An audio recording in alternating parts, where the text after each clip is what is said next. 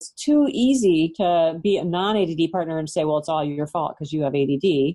And it's too easy to be an ADD partner and say, oh, well, it's not my fault because you're really angry at me. It's just trying to make them realize that anger is a short-term, when you force somebody to do something or you belittle them into doing something or yell at them or whatever, you're winning the battle and losing the war, essentially, because they don't want to deal with you anymore after that. ADHD Rewired, episode number 59. This is the show designed to help those of us who have really good intentions and a slightly wandering attention. My name is Eric Tivers. I'm a licensed clinical social worker, coach, and consultant. We know that starting can be the hardest part, so let's get started. But first, let me thank our sponsors. Do you need an easy way to connect with people virtually, but don't want to be hassled by downloads that don't work, connections that are complicated? Go to erictivers.com/Zoom and check out truly what I think is a revolutionarily easy to use video conferencing platform. That's erictivers.com/Zoom. Support for this podcast comes from Audible. For a free audiobook download, go to erictivers.com/Audible for a link for that free download and for some hand-picked recommendations. Go to erictivers.com/Audible for your free audiobook download. You've heard me tell you so many times at the start of each episode that starting is the hardest part. Well, I'm writing an ebook and I'm just getting started, but I really want your help with it first. So go to erictivers.com/ebook to fill out a really fast survey, and I'm going to reward you by entering you into a raffle to win the ADHD Rewired Mystery Box of Awesomeness. It's such a mystery, I don't even know what's going to be in it yet. But I'm going to put in some cool things. I do have some ideas. Go to erictivers.com/ebook. Thanks. Hey, everybody. I just got off the call with Melissa Orlov, and it was an extraordinarily fun, engaging, and I actually learned a lot from our conversation. So I'm recording this right after the interview. I don't normally do that because I don't want to forget the things that I wanted to tell you. So toward the end of the interview, she talks a little bit about a course that is coming up starting May 5th. And she gives a promo code for $25 off her course. And she did tell me that she's not giving this to anybody else. It's not available anywhere else. So you be the judge for yourself. If you think that the things that she said during our discussion will be worth learning more about, I would encourage you to sign up for her course.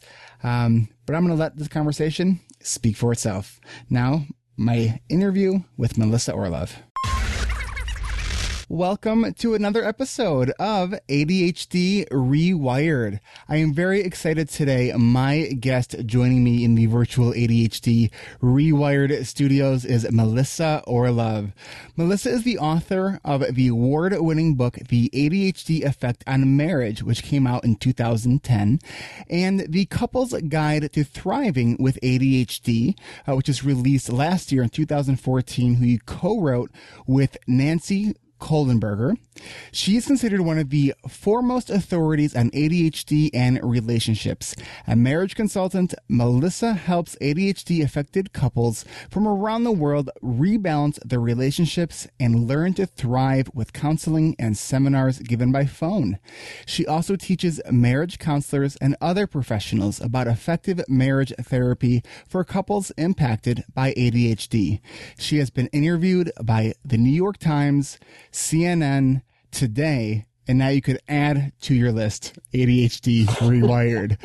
And she has presented on many other topics really in the realm of ADHD and adult relationships. Melissa, thank you so much for coming on the show. I'm delighted to be here.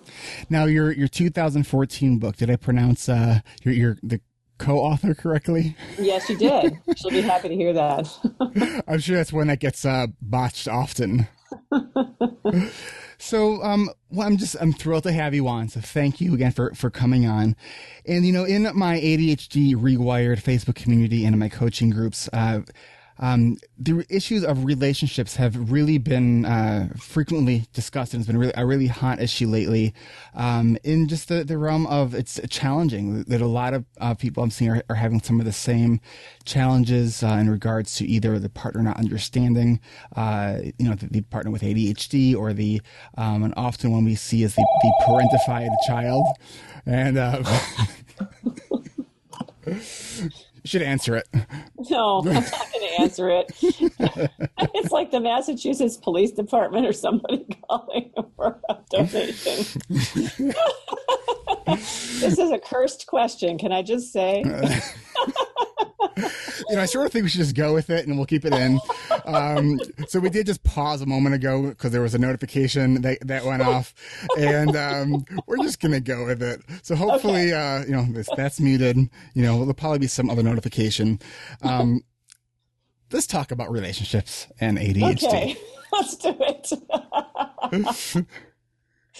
All right. So where would you like to start? You want to start with the problems you're hearing, or? Yeah. Or maybe we can even start with, what are some of the issues that you see most often? Because this is what you're doing on a daily basis across the country, talking to people about this.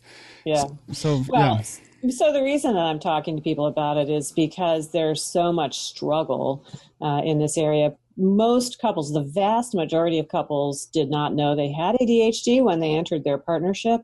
And so this is sort of a new thing for them, trying to figure it out. And they spent sometimes many years with undiagnosed ADHD, not knowing what it was. And so there's, among other things, a lot of misinterpretations of what ADHD symptoms are. Mm-hmm. Distractibility as a symptom comes across to a partner as, well, gee, you're not paying attention to me, therefore you don't love me or care for me, which, very far from the truth usually. But easy to misinterpret. So they're not loving or caring for. What else do you hear? I think one of the singly most difficult challenges for these couples, even after they know about the ADHD, is an imbalance of power that develops in the relationship. So I call it parent-child dynamics, because very often the non-ADD partner becomes a sort of a disciplinarian, a parental figure in sort of the bad side of how you think of parenting, while the ADHD partner becomes without power, becomes somebody who's taking orders, or who's being bossed around, or who isn't appreciated, or who's being told how to do things better all the time. And not all the time, but much of the time. And it's a really, really disastrous kind of relationship. It just ends up being very unhappy for everybody. And I suspect when your people are talking about how my partner doesn't understand, or what it's like to be ADHD, or we're constantly fighting, those kinds of things, that's some of what's probably going on. And I will often hear too of people who have ADHD and talk about their kind of partner choice, and how in a lot of ways they found someone who was very, in a sense, sort of complementary towards their skill sets. So, like with my wife, she's a detail-oriented person. I'm the big picture person. It's like she starts telling me stuff, and she's putting, parentheses in her parentheses as she describes stuff to me in like great detail. And it's just like, time out. What's the main thing you want me to know right now? And it's it's looking at that it's not necessarily the I guess the way I look at it is understanding that we each have our own strengths and challenges, and that how to kind of navigate the you said the balance of power. How do you navigate the maybe the imbalance of tasks without it being such a power dynamic? Yeah, that's an interesting question, and it's also an interesting way to phrase it, because one of the very real issues on the tasks is whether or not the ADHD partner follows through on the tasks, and which ones that person decides to take on. So one of the problems with parent-child dynamics is that the parent person is sort of in charge of figuring out who's going to do what, and that isn't as efficient, actually, as having the two people sit down and figure out, well, what do I do best? What do I enjoy doing? What am I going to stay involved with and be interested in enough? And of course, then you'll hear the non-ADD partner saying, well, that means that I get to do all the junk, and you get to do all the fun stuff. Well, that may be, but there are ways to balance it out. And what are give us some, maybe a couple examples, maybe a client that you're working with that, or this, what you're seeing, this kind of imbalance of work, and how are you kind of helping them navigate it? Well, I mean, I see it everywhere. I'll give you my own example so that I don't have to necessarily talk about my clients, but in our household, my husband and I have wildly different approaches to things, as well as very, very different skill sets. Mm-hmm. And so he's very good, extremely good, in fact, does for a living technology stuff. And of course, I can't even figure out how to turn off my notifications, right? I mean, this is just totally opposite ends of the spectrum, right? So he does all the technology stuff around the house. Mm-hmm. And that's something that maybe I didn't used to think of as much as a chore, a task. And now, as I've started to really appreciate how much time and energy goes into that, I realize what a great contribution it is. It's not just around the house. He runs my website for me, which is a huge job. Huge. Absolutely. And Melissa, now you don't have ADHD, but your husband does. Right. Is that correct? Okay. Yes. Okay. Yeah. So now, and then I have other stuff. Tell us a little bit about, as you're sharing with the listeners, about the intimate secrets of you and your husband. How did you kind of get into this? What's really sparked your interest in this, besides that you just saw this as a problem? Sparked an interest in my husband, or sparked an interest in how to set up the chores? Yes. All of the above, right? Okay. So when I met my husband, he was quite different from other people that I had met before, and a really interesting guy, in part because his mind moves so fast. Mm-hmm. And that was really, really interesting to me. And I think he liked my sort of outward approach, and my, I was pretty organized and had, some interesting ways of thinking big picture and et cetera. Mm-hmm. So, I mean, we complement, just as you say, we complement each other. We have some things certainly that we share, but a lot of things where we're quite different. And I find that very interesting. I think that there's an energy that's created. So couples find it's either a very positive energy that's created by the friction between your differences, mm-hmm. or sometimes when you get totally caught up in your underwear, as you tend to do when you have young children and there are all these things to balance and juggle and et cetera, then it becomes not such good friction, but as I've written about. But it's very exciting to be with somebody who's that different. So then when we go to do our house stuff, in my situation, and this is not what everybody does, we have reverted to some degree where I have a fairly traditional take. I work, obviously, but I also have been the person who's been the most flexible with taking care of kids and taking care of the houses and things that we have to worry about. And my husband has pretty much stayed within the realms of the things that he does really well. Okay. And I don't anymore. I used to push him to try to pick up some things that he didn't really want to do, mostly wasn't interested in. It wasn't a matter of whether he was capable of it. He just had zero interest in it. Mm-hmm. And I finally decided that wasn't worth my effort, and that was harder on the relationship than the benefit that I got out of it.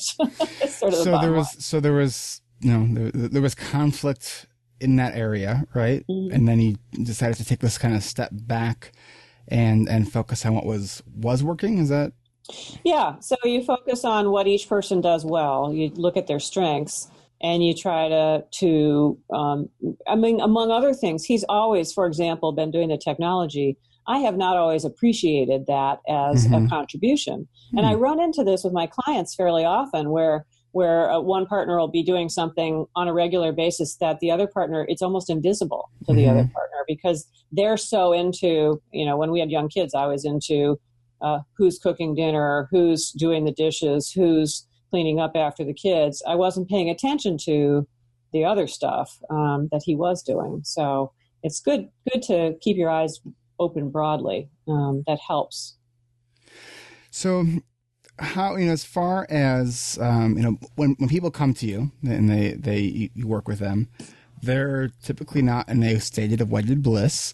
They're struggling. They have conflict. And I know that you talked about this 3-part model of conflict, where you talked about conflict in self, talking a little bit about that, what we talked about on a few days ago. Yeah, so that's actually a 3-part model of intimacy. Intimacy, okay. But I was looking over my notes and wait, that doesn't quite make sense as I'm saying this out loud now. But no, it would be interesting actually to try a 3-part model of conflict too. But no, so this is a new area for me. Is this area of recovering intimacy. And in part, this is growing out of my work. I do this couples seminar about how ADHD impacts couples and try to really help couples move rather dramatically out of their dysfunction when they come to me. Typically, they're really, truly struggling to a place where they have much more hope for the future and they have some tools that they can use, et cetera. When they finish that's an 8-week phone seminar. When they finish that, lots of times they say, gee, we'd really like to continue to work with you, and what else would be appropriate? And I started thinking about this topic of intimacy because that's really the end point, right? Everybody, that's what people want. They want to feel more intimate. So I started doing research on best ways to think through that and teach it, and came across this 3-part model of intimacy, which is the first part is self-intimacy. The second part is conflict intimacy, and the third is affection intimacy. Okay. So do you want me I can describe those? Yeah, absolutely. I would love that. Okay. So the self-intimacy is all about getting to know yourself well enough so that, A, you can address your own issues because you can identify them better, being able to verbalize it, and also being able to tell your partner about what your deeper feelings are, not your superficial feelings, but the deeper ones, so that you can work through them. The second is... Can I ask you a question about that? Yeah. Is there a difference between that you see between self-intimacy and just self-awareness? Well, I think self-awareness is certainly part of self-intimacy. Probably they're very similar. The issue with self-intimacy is also becoming comfortable with it. Okay, yeah, like an acceptance of it. Yeah, okay. And being able to also share it. So you can be very self-aware and still not share that with your partner. If the objective is to be intimate with someone else also, then you need to be able to verbalize it to a partner or share it with a partner in a way that they understand you better. Okay, that makes sense. Thank you. Yeah. And then the second part is conflict. Right. So conflict intimacy is actually where most of the people who come to me are stuck. They can't move through their conflict in a way that still makes them feel good about each other and feel close to each other. And in fact, that's pretty common. That's where most couples who have trouble are stuck there. So that the idea there is to get a process in place that allows you to to hear your partner more clearly. And to be able to resolve things in a way, or at least address things, because lots of things are not resolvable, but address them in a way that makes it so that you feel closer to each other, even as you struggle sometimes. Okay. So, and then the third area is what people think of when they think of it as intimacy, which is all the affection stuff. How do you show your affection? Does your partner hear it? 5 love languages, what's your sex life look like? All of that stuff is all in that affection intimacy area. Okay. Now, you said that, often couples come to you in conflict, and you mentioned that some of these areas of conflict are not resolvable. How do you help couples kind of navigate through that? Well, so actually the majority of problems that people have, I can't remember who did the research, but there is research out there that suggests that 70% of conflicts that couples have, they will always have. They're not resolvable. They come inherently from who these people are and how they're different in the world. And so what that means is when you figure out that you're in one of those, rather than continuing to say to yourself, if I just explain it better, my partner will, of course, come to my, agree with me. if you can just get past that stage and go, okay, so I guess it's time for a workaround, then you can start to move forward again. So it sounds like almost as kind of that kind of cognitive behavioral therapy, like 101 concept. If you can't change it, you got to change how you think about it. Change how you think about it, and also change what you do with it, right? I mean, so if you say to yourself, okay, we're going to agree to disagree. That's one example, very common one, right? And so therefore let it go. That's one workaround. It's not the only one, but that's one workaround to acknowledging that this thing is not resolvable, whatever it is. There are others where you say, okay, I understand that this is something that you're never, ever going to be interested in. And so our workaround is, you'll do it once a year and I'll do it 8 times a year or whatever it is. You don't have to get to that, happy place that you were hoping your partner would say, oh, yes, I'm going to trippingly go and do the dishes for you all the time, or whatever the thing is that you're hoping for. So there are lots of different ways to do workarounds. Okay. Yeah. Okay. What about how often, and is there a difference between when you're working with couples where the couple kind of knew that one of the people had ADHD going in versus this kind of later in life discovery of it? How do you I see that now. I get contacted by people who are engaged to somebody with ADHD, or actually by both of them. And what I see is there's more awareness now that ADHD is there. I don't think there's full awareness of what it potentially means to the couple. Though what I try to tell those couples is that you should become aware of what these common patterns are, so that if you start to see them in your relationship, you can immediately take action before they take root. So the parent-child thing is there. I would focus a lot of time with those couples to say, hey, don't get into this pattern. Don't start to take on your partner's stuff because it won't work for you if you do. But when, they didn't see you when they should have, and then they, it's everything's a mess when they're coming to you. Where do you go from there? Because I feel that sometimes, I work with couples too, and it's, a lot of this is just you get into this, slinging of just hurtful things, and it's just like this tit for tat kind of, where it's, what do you recommend? How do you help couples kind of break that cycle? Well, I mean, the first thing they have to understand is that this is not a personal thing. This has to do specifically with the presence of the symptoms and with their responses to those symptoms. And then I try to teach them, and this is the purpose of the course. The course is set up to take people who are really struggling and trying to get them to think about this in a completely new way, be reintroduced to each other as people who are much more different than they thought they were. And this is your recovering intimacy course. This is the ADHD Effect in Depth. I have 2 courses. Okay. So that's the first one. The recovering intimacy course is more for people who have gotten through some of the basic, what the heck is going on kinds of questions, and who are sort of in a holding pattern and trying to figure out how to get closer. But they've at least started to deal with the ADHD stuff. Okay.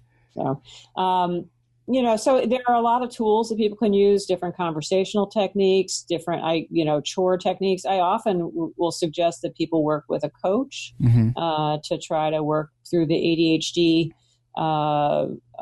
developing some of the skills, the external structures that are needed to really support them. And a lot of work on empathy and how do you really understand what it feels like to have ADHD if you yourself don't have it. And that's really important. And I think that's probably one of the more frequently heard themes that I see in my online community is how do we get the partner to understand it?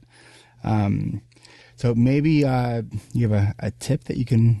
Well, I actually wrote a blog post on it, which a lot of people have commented on. So I write, among other things, for psychologytoday.com. And if they go to Psychology Today and type in what it feels like to have ADHD, you'll get to this blog post. And a lot of people have added their stories to it. So you get a pretty broad array of people talking about their experiences. So that's a good resource. Is there can you remember maybe a tip that from that blog post that maybe you can share with our listeners? Well, that one was just to try to expose it so people could get more of a sense of it. But I mean, people will describe their brains as being very fast, as being not particularly well organized, as having lots going on, sort of being non-hierarchical, and not necessarily planning steps out very easily. It depends on who the person is. People experience it differently. Mm-hmm. And for those who don't have ADHD, I just say don't make any assumptions. Your partner is not at all like you in terms of how they think, how they experience things. You guys do the same exact thing, and you will experience it completely differently, if for no other reason than that your brain takes in the information differently and does something different with it. Mm-hmm. So, now, when let me ask you about you and your husband, if I may again. Mm-hmm. Did you always understand the ADHD, or was there a point or something that for you kind of made a light bulb go on, where it was like, oh, this isn't personal, or? We did not know about it. We were just, I like to joke that we were completely and totally average, So my daughter actually has ADHD, and she, we found out about it when she was in third grade. And we still didn't figure out that my husband had it for quite a number of years after that. And it still took a couple of years after that to figure out that it was actually impacting our relationship. So it's been a very slow progression for us, and I think for many folks. But the aha moment was one of these sort of, I went to my daughter's doctor and I said, is it possible that my husband also has this? And then she said, well, yeah, of course. And I thought, why didn't anybody tell me this? Of course he has it. So anyway, but it takes just knowing that you have a name for it mm-hmm.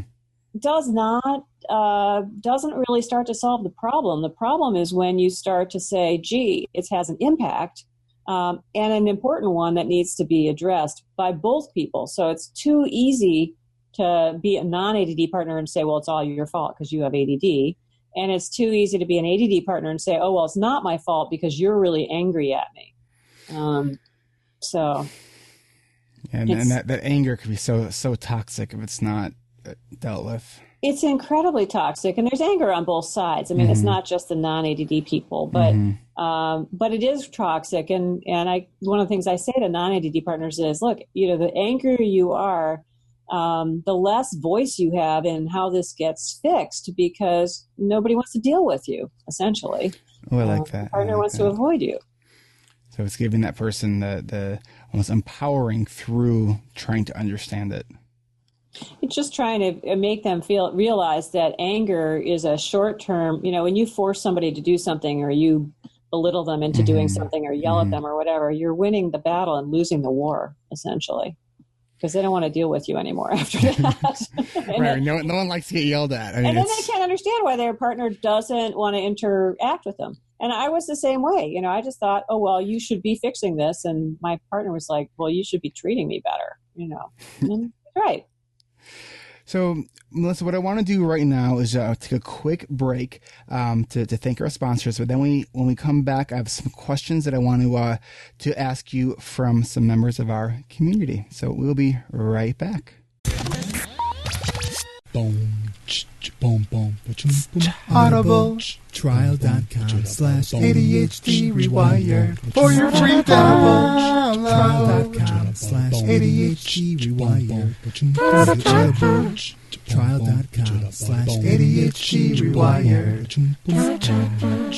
Go to audibletrial.com/ADHD Rewired for your free audiobook download. Get a Zoom room. Go to erictivers.com/ Zoom. I use Zoom video conferencing for the ADHD Rewired coaching and accountability group. Zoom makes video conferencing fun and easy. Share your screen, collaborate with a whiteboard, record the audio and video. It's ADHD friendly. Go free or go pro, but go to erictivers.com/Zoom so they know that I sent you. That's erictivers.com/Zoom. Okay, we are back. So I wanted to go and kind of getting into Facebook here because I let people know that you were going to be a guest on the show, and people were very excited. There was nobody that said they didn't like you, so I just thought I'd share that with you. I'm sure there are people out there that don't like me, but that's okay. I once heard someone say that if you don't have at least, one person out there saying how awful you are, then you're not making a big enough impact. Exactly. Yeah, exactly right. But nobody, they're now saying that, then maybe you're not making a big enough impact. Because everything people said on here is really, nice. I've helped many people. I don't worry about that. Okay. So let's see. One of the members of my group, she says, I'm just gonna read it. All right. Okay. She has a question or two that feel very personal. She said, I will try to generalize it. How do you fulfill the, quotes, need for being spontaneous and keeping it exciting with sex, with constraints around time, the to-do list in the head, and needing medication first to make it able to happen? Also, how do you find time, energy, being present, and totally into it? All right, so let's kind of break that down. So, she wants the secret of life. Yes. And your answer is? Yes, exactly. Okay, so I took little notes here. That's why I was looking off to the side, just so I could remember this. Okay, so need for spontaneity and sex and time. Actually, I would put all that together. So one trick that you can do is you can create a block of time that you schedule into your life where you don't schedule what it's going to be for, but you have it set aside so that it can't be encroached upon by all of the other things that are going on in your life. And my husband and I used to do this actually, where we would do Saturday afternoons and go down to Boston and open the computer and say, what's happening today? What do we feel like doing? Mm-hmm. And so it addresses the need to block out time and to plan ahead for the non-ADD partner, and addresses the spontaneity for both of them to go have some fun. You could do that with sex as well. So you could block off some time, which is relatively good for you. Let's say you've got one person who's a morning person, one person who's a night person. That's pretty common. Maybe it's a weekend time or whatever, where you have a couple of hours, maybe 3, whatever you want, to do something fun that would also include the possibility of sex. And maybe sex where you're paying more attention to each other. That addresses the issue of what do you do about taking medication if you need to take medication ahead of time, because it's coming at a certain time. You just don't know what's coming. And that's okay. That's the fun part, right? You don't have to know about that. So that might be one approach. I mean, I think when you leave things, unless you've got a time of day when you're particularly good together. I mean, for older couples, for example, mornings, first thing in the morning can be very good for men because it's a very high testosterone time for many men. Unless you have a certain time like that, it's good to set aside. It made me kind of think about, my wife and I, we have a 3.5-year-old. So when we do get out for date night, it's a joy, Yeah.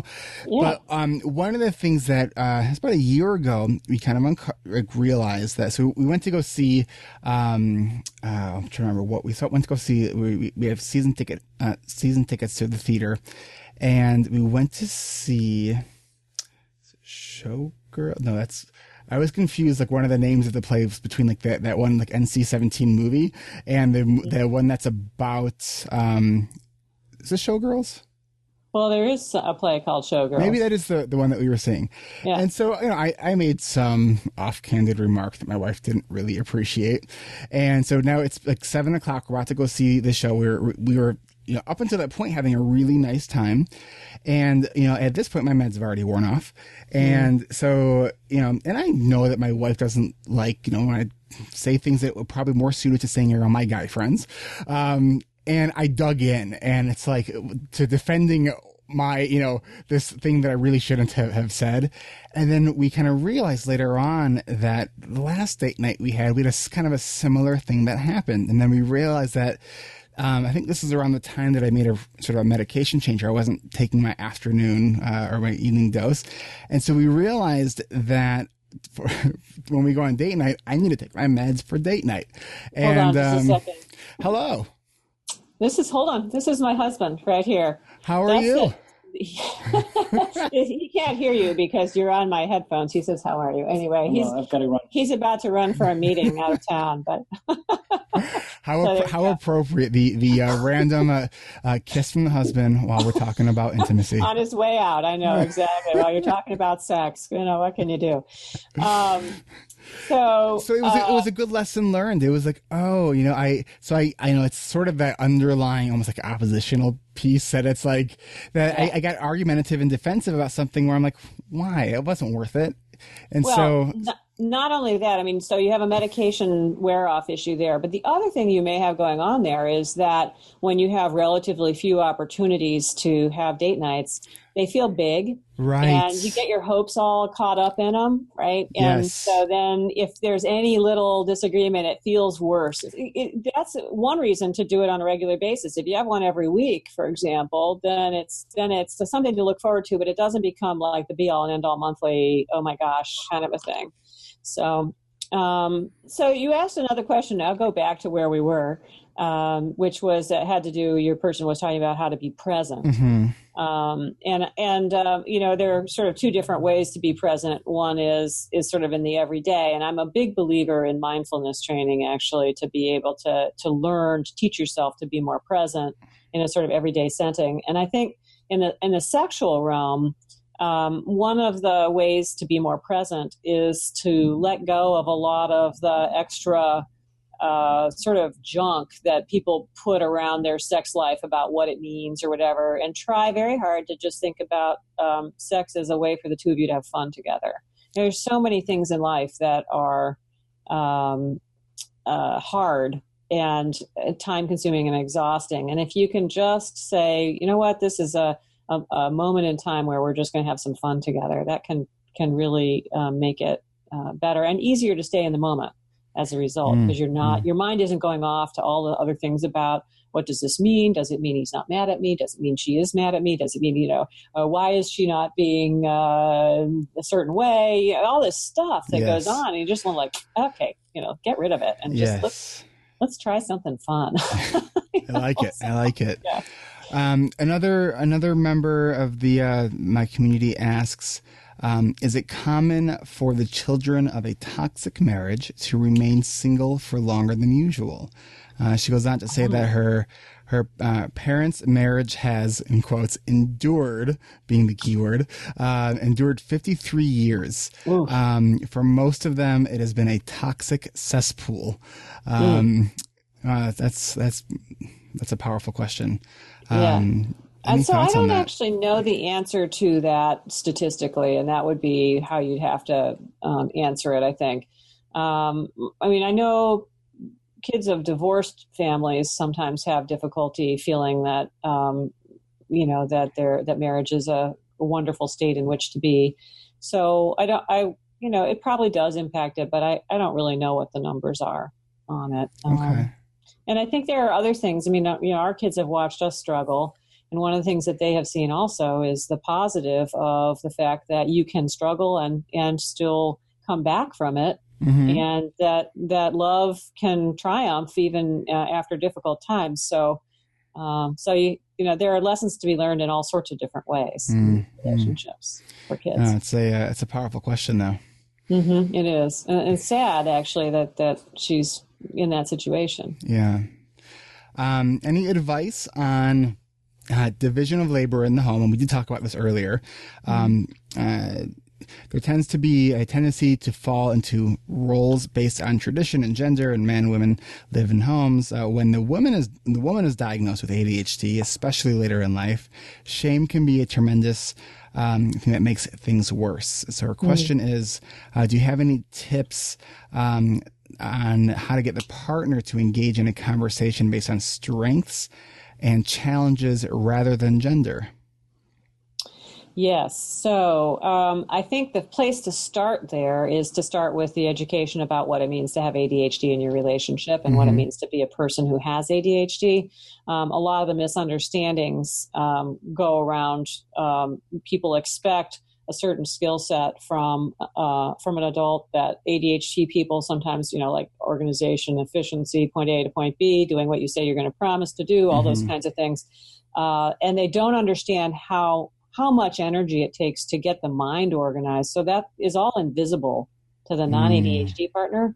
All this work, there's a ton of work that goes on just to keep your mind organized that they don't see at all. So they think you're not working very hard. But that, you're just waiting there to figure out what you're going to say or how you're going to put forward your ideas. And they think you're like not interested or you haven't heard them or whatever.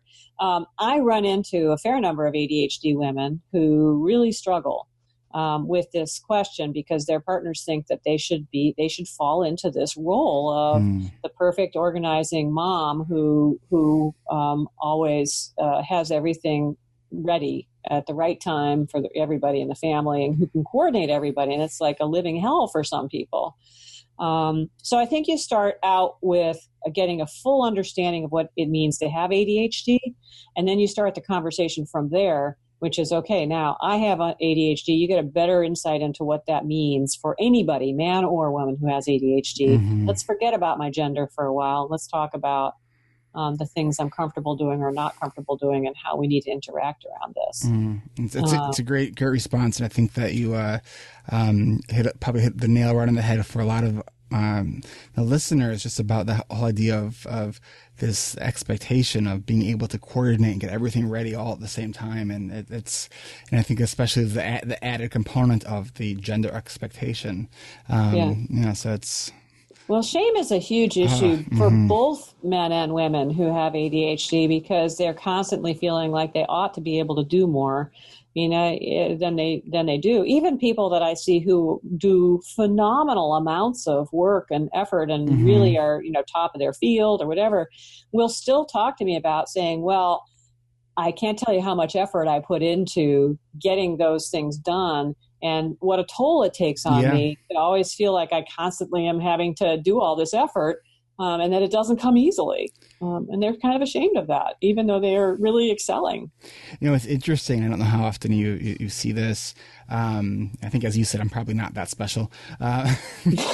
So incredibly average, right? What I find is that, in the realm of shame, that, my wife does not make me feel any shame for the things that I do or don't do. It's so much so that I end up feeling guilty about it when I'm not doing the things that I want to be doing. Do you see that? Well, I don't know. I mean, I suspect that maybe you feel as if she should be making you feel bad and she's not, or I don't know. But you should be delighted that she's not adding to that drumbeat. That's great, and particularly if you have a youngster, because that's when a lot of it happens. Is when there are so many challenges when you have young children. Because I know for me, one of my biggest personal guilt or shame point is because I have difficulty transitioning out of my office. That I get home later than I want to, and it's something that I've been working so hard on for so long, and I keep making incremental small improvements, but it's I want to be present at home in the evening, and it's not where I want to be. So it's I feel bad about that, and then the fact that my wife doesn't really make me feel bad. Like, I know she would like me home, but she doesn't make me feel bad about it. Well, so the alternative is that she makes you feel bad about it, and the result of that would be that you would stop wanting to be home. So actually, she's got the right approach.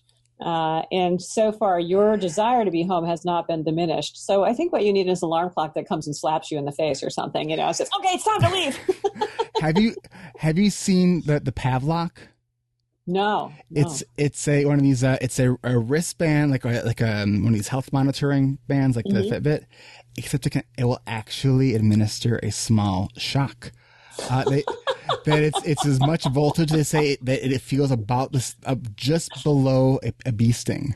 Oh, ow! Yeah, I've been seriously thinking about getting this because it's one of those things where I know how badly I want to do it. I know that if I'm home earlier, I'm going to get to bed earlier. If I get to bed earlier, I'm going to do better the next day. It's like not from not knowing, Well, not only that, but you get to spend time with your family over dinner, which is actually one of the really great things in terms of your kids growing up. Mm-hmm.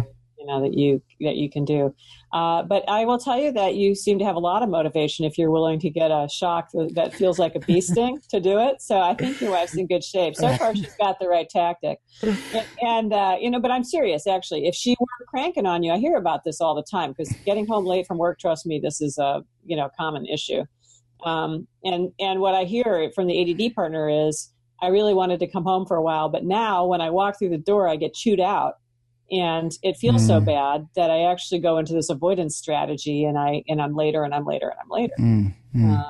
So it's one little tiny example of the sort of parent-child thing where one person is in control and saying, "Hey, this is the time you must be home." Well, who says that person's an adult? Come on, they get to come home when they want to come home, and you can converse it, but don't chew them out for it. No, thanks. I should tell my wife to listen to this episode then to let her know, hey, so someone said you were right. Right. I think after episode 15 or 16, she felt like she was too behind that she just kind of gave up on So another question. You have time for a couple more? Oh yeah, absolutely. Okay. What is your take on separate bedrooms for married couples with ADHD? So, that's a very personal thing. A lot of people say their partner snores, or they have a CPAP machine, or they, they're up late, or, they wake me up when they come in, or whatever, all these reasons. My personal take is that physical touch is a very important part of a relationship, and that by going into separate bedrooms that can be problematic. Now, I do know couples who are very happily in separate bedrooms. They tend to be older couples. And so, it certainly can work. And if that's what you want, as long as the rest of your relationship is in good shape, that's great. But if separate bedrooms is a way of avoiding dealing with emotional trauma between the two of you, that, for temporary purposes. I mean, I will admit there have been two times when I moved out of my own bedroom for a few days in order to be able to just get some space. So I have done that, but it's sort of, for me, it's a last resort. Because I just really think that there's an opportunity. Now, there are tons of bedtime issues for couples impacted by ADHD, because lots of times the ADHD person is a late to bed person, and the other wife or her husband who doesn't have it is exhausted and going to bed at a ridiculously early hour, and they don't meet very well.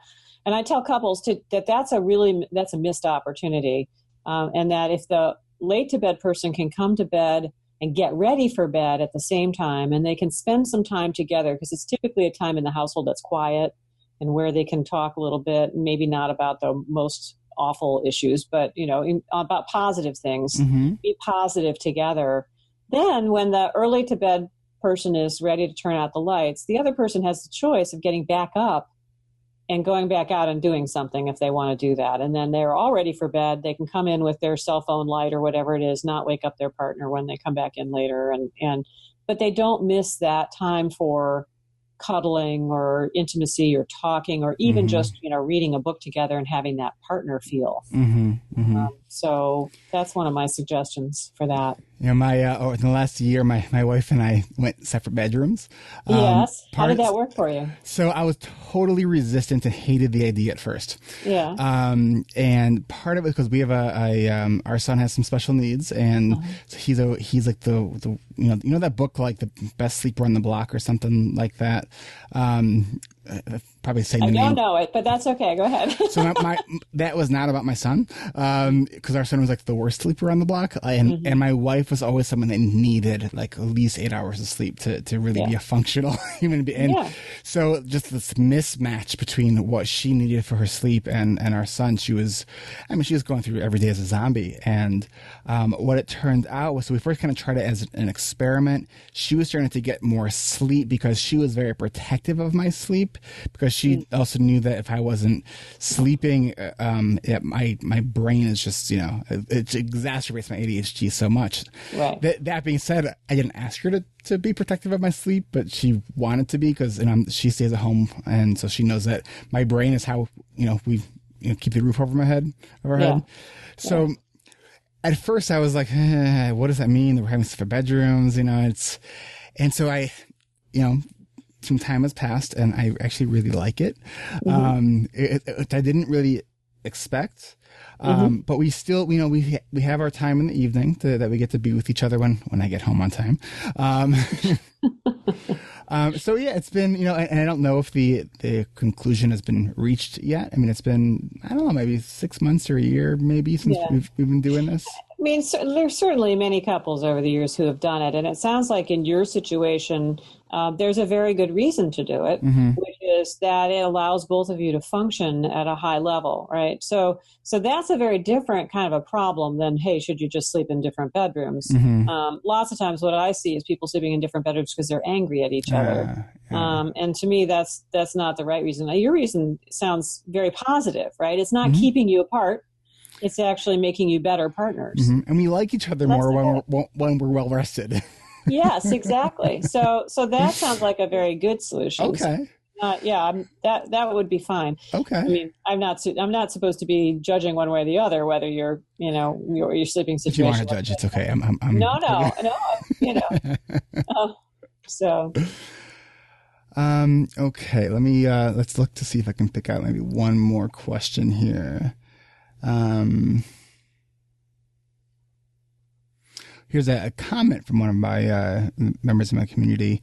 It says, Melissa Orlov is one of the main people who made me realize I could make my relationship work despite the difficulties. Oh, that's nice. Isn't that nice? That's great. Yeah. Let's see if there's...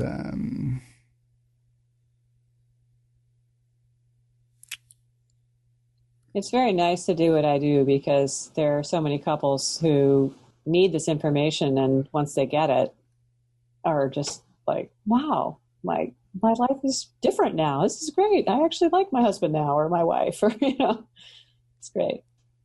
Very fulfilling. I think that the work that a lot of us do, whether you're a coach, a consultant, a therapist, it's I often say to my clients that I'm someone that kind of needs a lot of positive reinforcement. So I'm really dedicated to getting, making sure my clients are doing well. And if I don't think that I can do it for them, I try to refer them, somewhere else. Because I don't want you to keep coming back and I'm not seeing any positive change. I just don't, it doesn't bode well for me. Good that you know that about yourself. But it's especially when I'm talking to doctors too. It's I think we all like to see that what we're doing is effective, and it's like ADHD is one of these disorders that it's so treatable with information. I mean, obviously information is not the only thing that makes it treatable, but it's such a helpful component of it. It's huge, and I think particularly for couples. Just understanding what your partner's doing and that it's not as irrational as you thought it was, in both directions, right? It's not just about the ADD person. It's about understanding why the non-ADD partner is responding the way they are responding as well, and getting that back and forth empathy so that you can calm things down a little bit and start feeling like your partners. It's not each person against each other.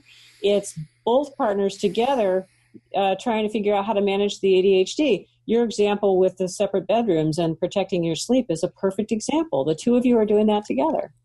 And it's because she understands you. She gets you. That's great.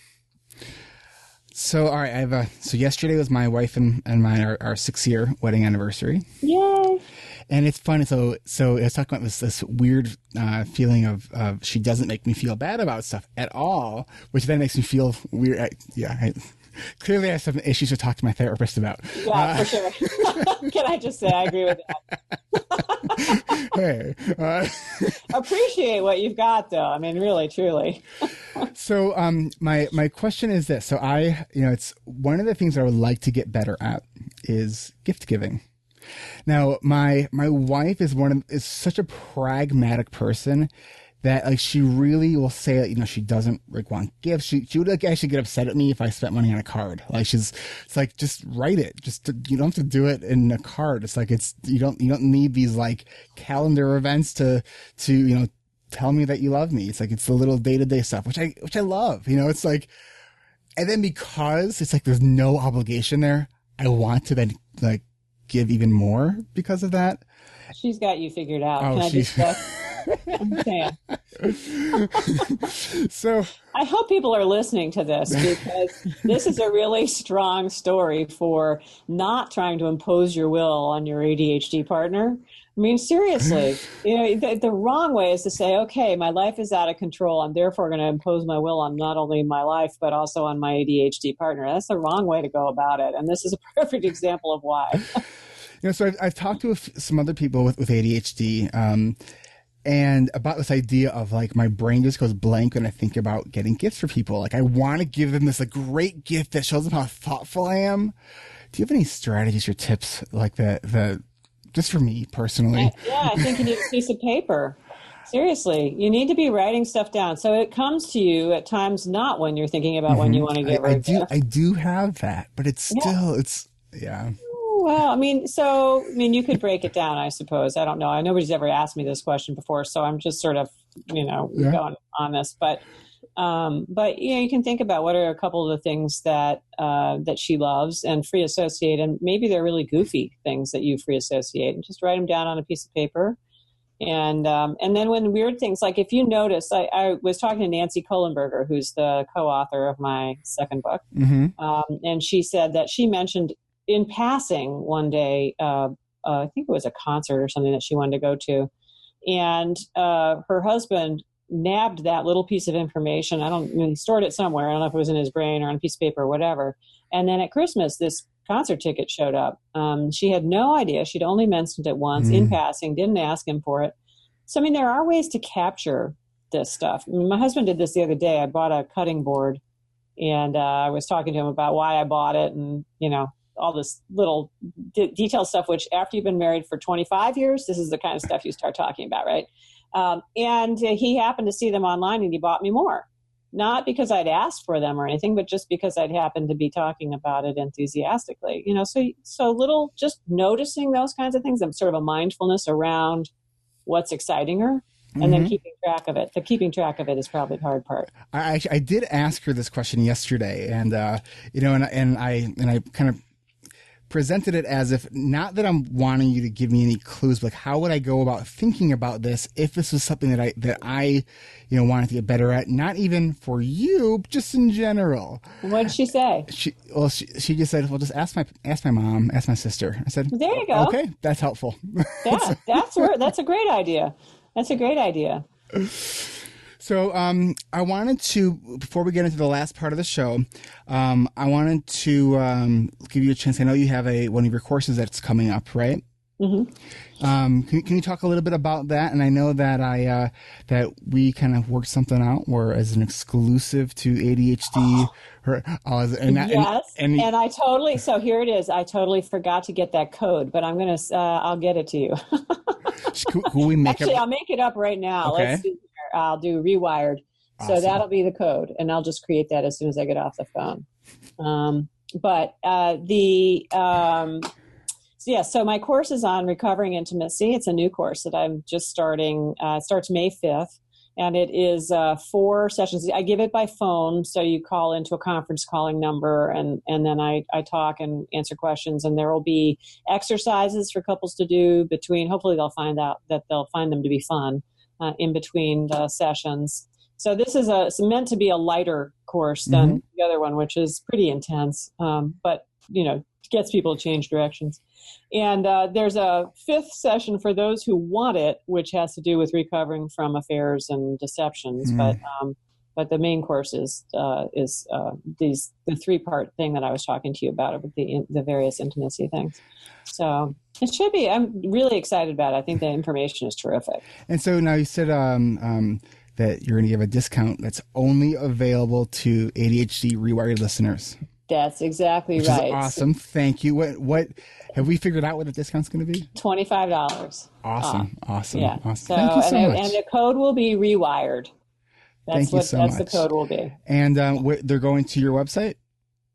Yes. So if you go to the homepage of my website, which is at www.adhdmarriage.com, that where the course is, it's very obvious. It's on the front page, along with my books, and there's a blog there, and there's a forum community and a bunch of other things. But, okay. And, I always remind my listeners, you don't need to remember any of those things. They always have the links in the show notes. So just, go to ADHDrewired.com and you'll see all the links to everything that we talked about here. Also, most podcast players, when you subscribe to this podcast, you can push on the ADHD Rewired logo and you'll see an abridged version of the show notes that will have all the links so you can access it right here, right now, at the point of performance, so you don't have to remember to do it later. So thank you for giving that discount to my listeners. I appreciate that. You're welcome. And the whole idea of ADHD might be contagious. We were kind of talking about that earlier. There might be this, the social contagion theory. It has some merit. It's. My as I get older, I think it's really just a matter of age. I have to say, though the joke around here is, in fact, that it is contagious, and I'm well on the way. So, who knows? Maybe. All right. So, Melissa, now we're coming to the final part of the show, which is what I call the random question round. This is the part of the show that has nothing to do with ADHD, which then paradoxically has everything to do with ADHD. Are you ready?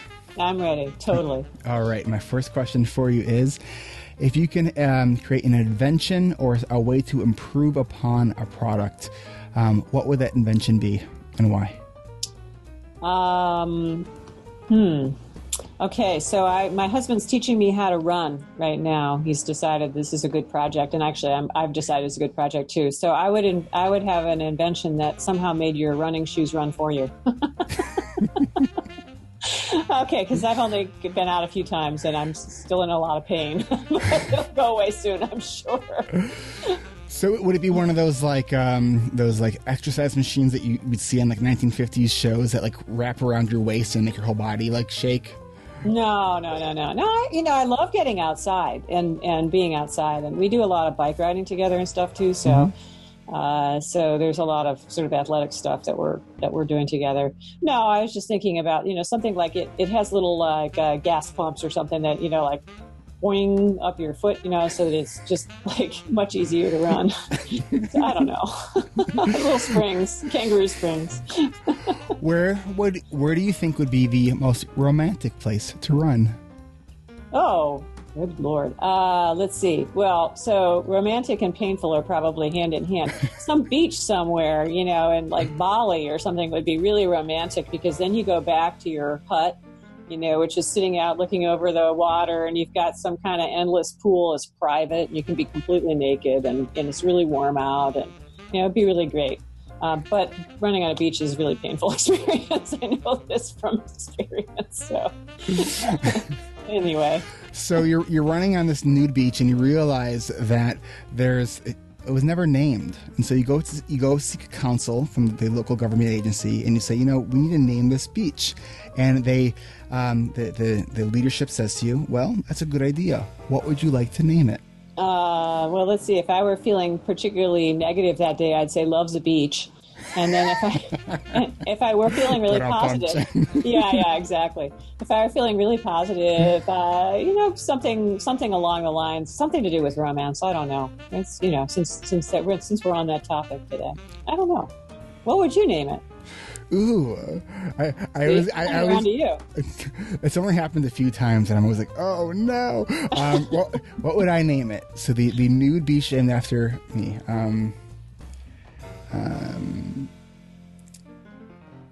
This is going to get into your inner soul here. You realize that you're going to show much more to your listeners than you've ever shown before. Now you're raising the bar on my answer. This is the problem with being in the world of, love and sex and marriage and stuff, is that you get into these traps sometimes.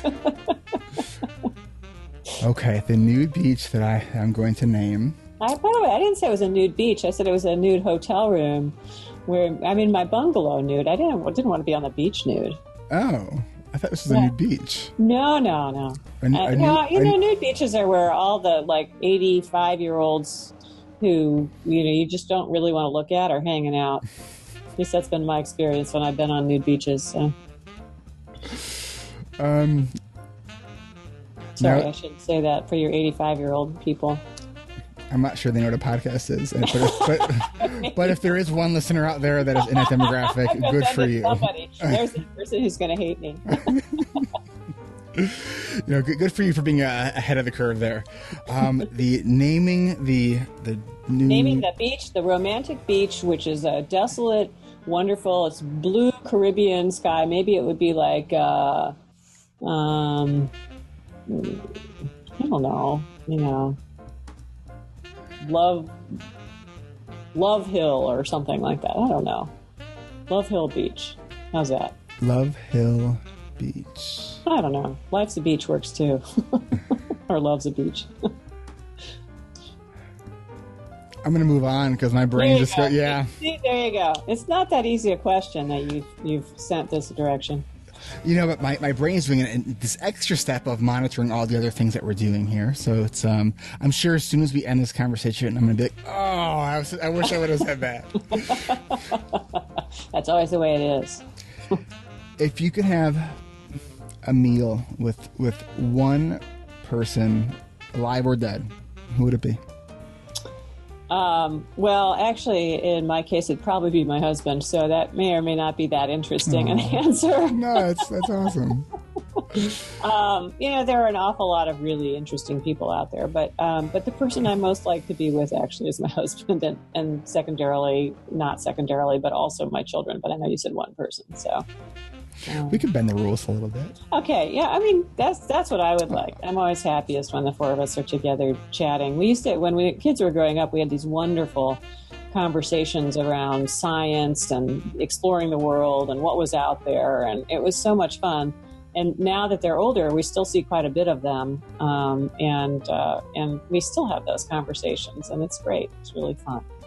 So that's great. I can tell you're a very pragmatic person. I am indeed. Yeah. I'm not, and by the way, there's so many interesting people out there. How would you ever pick just one? So I go for the ones that are closest to my heart. That's nice. That's nice. Let's end it there. Melissa, will you just give my listeners maybe a last parting piece of advice and just let people know where they can reach you? Well, I think the thought that I like to leave people with is that there's a lot of struggle when you don't know what's going on with ADHD in your relationship. And when you can find out about it, it really, really can turn your life around. And so I strongly urge people to look into it. And of course, I have a lot of resources at my website is one place to start. It's not the only place to go. But you can go to www.adhdmarriage.com and find a lot of good resources there and join the conversation around these issues. And I hope to get to know some of your listeners if they decide to take some of my courses or something. So yeah, check out her course that's starting on May 5th. May 5th. Yep. The promo code, which she's going to do after we hang up here, is Rewired for $25 off. And thank you for giving that to my listeners. And Melissa, thank you so much for being generous with your time. I'm so delighted to talk to you. All right, thank you so much. Well, that's all the time we have for today's show. All the links I'm about to tell you about are in the show notes, and most podcast players will show you my abridged version of those show notes. So with all that being said, I want to thank my sponsors, Zoom and Audible.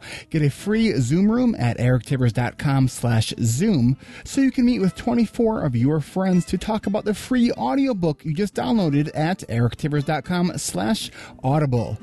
You can also talk about the amazing podcast called ADHD Rewired and how amazing sounds like Amazon, and that ADHDrewired.com has an Amazon search portal that goes to support the show. So when you think Amazon, think ADHDrewired.com. Amazon, ADHDrewired.com. Amazing. I don't think that actually worked as well as I thought it would. ADHD Rewired is on Facebook. You can find our fan page, but submit your request to join our free and growing community. And please check your other inbox because I screen everyone before they come in the group. Seriously, please check your other inbox. There's so many people who have not responded. Grr. Okay, ADHD Rewired coaching summer sessions are coming. Go to Go to coachingrewired.com or schedule your free consultation to see if this group is right for you. That's coachingrewired.com. I want to thank all of you who left me reviews and ratings last week in iTunes and Stitcher. I want to thank Transporter NE, who says, Eric is the man. I love the podcast. He sounds how I think. I also want to read one from Bass Boy Blair, who says, ADD as I am. It's a fun and informative rabbit hole. He says, yes, sometimes the show goes down some major rabbit holes, and if you are ADD or ADHD, you know what I mean. And surprisingly, this was recommended by a non-ADHD friend who is an entrepreneur. His comment was, most entrepreneurs feel they have ADHD, so it's surprising to hear from others who, as I work for myself as a masseur. Did I say that right? Monsieur, the person who gives massages, monsieur. And don't... I'm going to have to stop that there. So he goes on to say, give it a listen, pause, then take notes. Go around the internet for a while, then go back to listen. Thanks everyone who left me recent reviews. Help me write my first book. Go to erictivers.com/ebook and fill out a really quick survey. It will take you just a couple minutes. You'll be entered into a drawing to win the ADHD Rewired Mystery Box of Awesomeness. That's erictivers.com/ebook. Chad of Northern Illinois meets the third Monday of every month in Grades Lake, Illinois. So if you are in my neck of the woods, come and check us out. For more information, use the link in the show notes. If you're a member of Chad and want to share the best thing you've ever learned from a Chad meeting, contact me at eric@erictivers.com because I want to know your story. Use the subject line Chad video. If you support science, education, and community, please do so by making a donation to Chad. You can go to chad.org to learn more about Chad, or go to erictivers.com/Chad. Again, all the links are in the show notes. And as a reminder, outlines of each episode are available at ADHDrewired.com. If a book or other resource was mentioned during the interview from this episode, you will find them in the show notes at my website. Also, an abridged version of the show notes with links to resources mentioned are in your podcast player.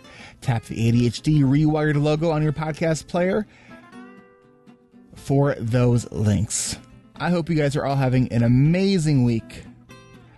And until next week, take it easy and cross off one more item off your to-do list. Just make sure you do it first. Bye.